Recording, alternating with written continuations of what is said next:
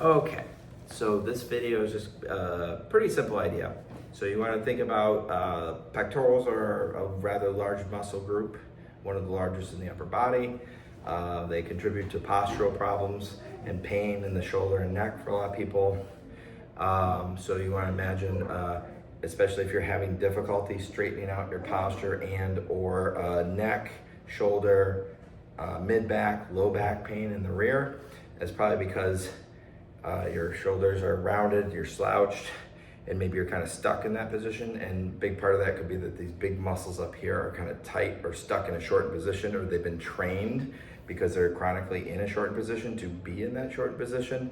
So we want to untrain them, and then we can train the muscles in the back to shorten. So there's an imbalance there. So it doesn't make sense to just work on the muscles back there because they're at a disadvantage. It's like having a bowling ball like over the edge and trying to like work there when you're at a very distinct disadvantage. You're just going to get fatigued out very quickly, and you're probably not going to get any stronger. You're just going to get worn out. So that's kind of what happens. You're standing there trying to wash dishes and you're stuck here, and very quickly you're going to start to get sore, tired in your neck, shoulders, back, all that. Okay.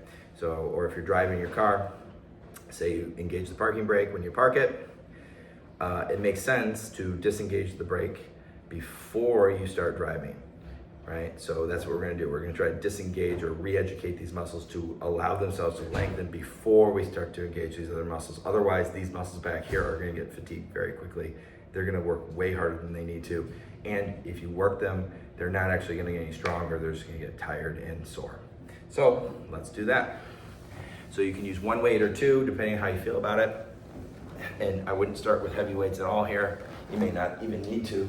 We're just trying to get some feedback to get the idea across for the brain and the body. So I'm gonna do basically a pectoral fly, which is basically like a W.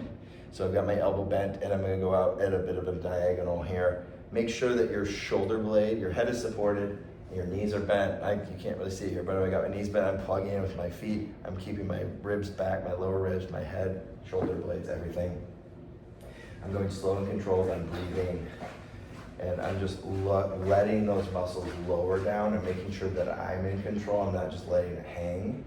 I'm lowering the weight within my control, and I'm keeping my shoulder blade back ahead of my arm. Very important.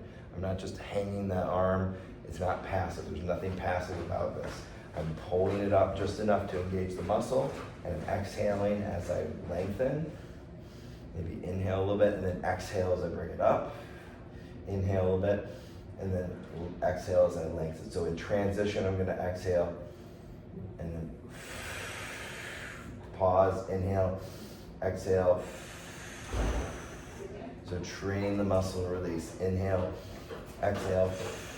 Like that. Do that a few times until it starts to get a little fatigued. See if I can go a little farther. Don't need to keep going all the way up. If I feel like I'm gaining ground, I just go a little up and then a little farther down, a little up, a little farther down. Kind of work my way there. Make sure it's not painful. Make sure it stays controlled. Then I can do that on both sides. Then I'm going to raise the table up.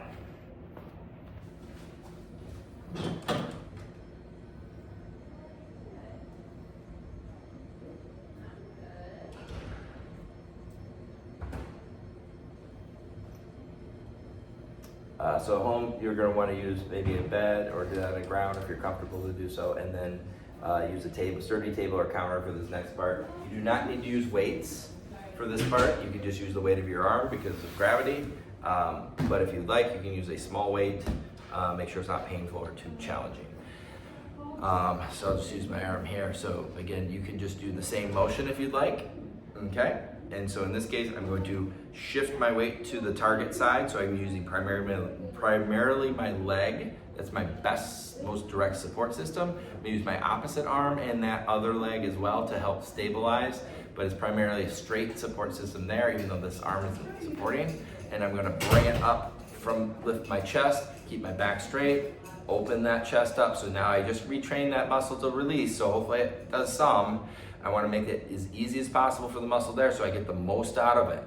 If that muscle stays tight and keeps that shoulder forward, that muscle's not going to be able to work well enough to get much gain. It's just gonna get tired really quickly, and I'm not gonna get a whole lot of it. If I can get some more range of motion and work through a greater range, I can retrain that muscle to work better through a greater range and train it with this muscle to lengthen. I'm gonna get much better results as far as postural re-education, to be able to keep my shoulders back in better posture and not get so fatigued when I'm washing dishes or whatever it might be, okay?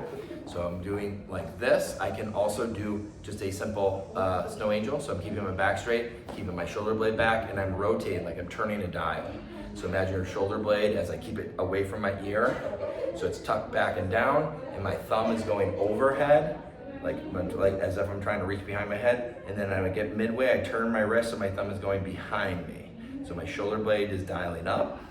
Thumb is up. As I turn my wrist, my shoulder blade is dialing down, thumb down, back and forth. That's a little more challenging, but it's very functional and a good way to work those muscles if you feel comfortable to do so. Otherwise, you can just go same direction here, or if you, that's a W, or you can go into like an M, half W.